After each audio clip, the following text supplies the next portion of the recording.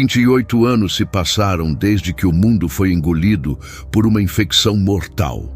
As cidades tornaram-se cemitérios abertos, onde os escombros escondem horrores e os ventos carregam sussurros dos que já não vivem e dos que ainda não morreram. Em meio às ruínas surge Kelson, um homem marcado pelas cicatrizes da sobrevivência. Ele caminha entre os destroços de um passado que insiste em assombrar o presente, observando corpos em decomposição e ouvindo ecos de gritos esquecidos. Sua voz narra o mundo quebrado, um lugar onde a esperança já não é bem-vinda. Kelson relembra os primeiros dias do colapso.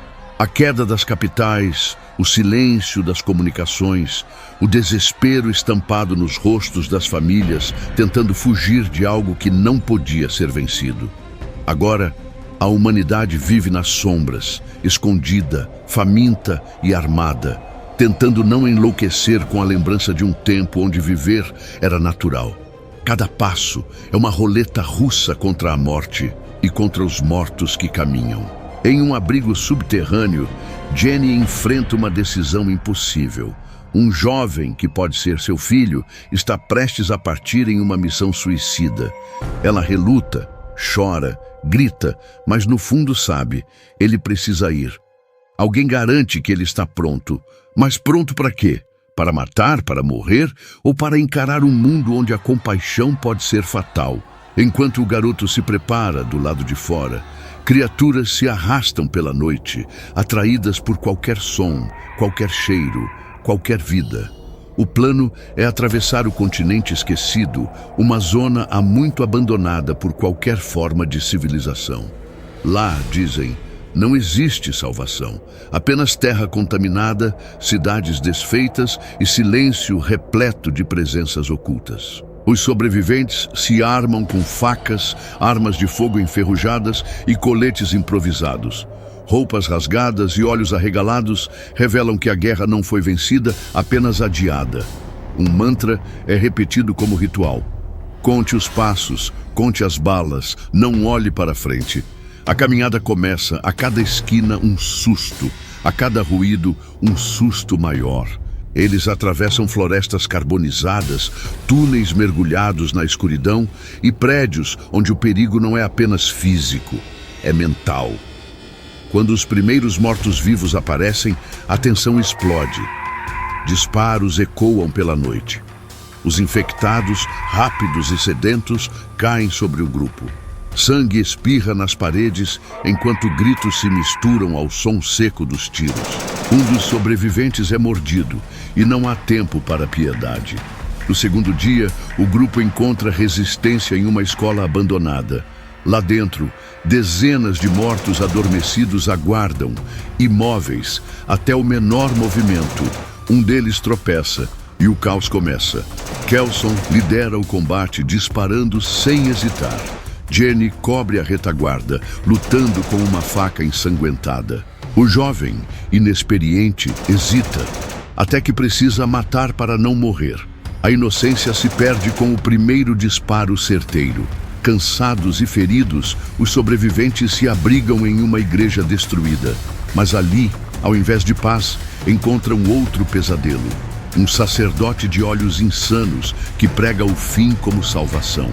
Ele grita sobre o dia do julgamento, sobre o sacrifício como purificação. Seus seguidores, vestidos com trapos manchados de sangue, cercam o grupo. Uma nova luta se inicia, não contra os mortos, mas contra os vivos que perderam a razão. O culto quer limpar a terra com fogo e lâminas. Eles acreditam que os infectados são a mão de Deus e que quem resiste deve ser punido. Em uma batalha brutal, o grupo de Kelson se defende com o que tem: tiros, explosões e corpos caindo. Os mortos se juntam ao caos, atraídos pelo barulho, e uma guerra tripla se forma. Os fiéis fanáticos, os vivos desesperados e os mortos famintos. A igreja vira um inferno.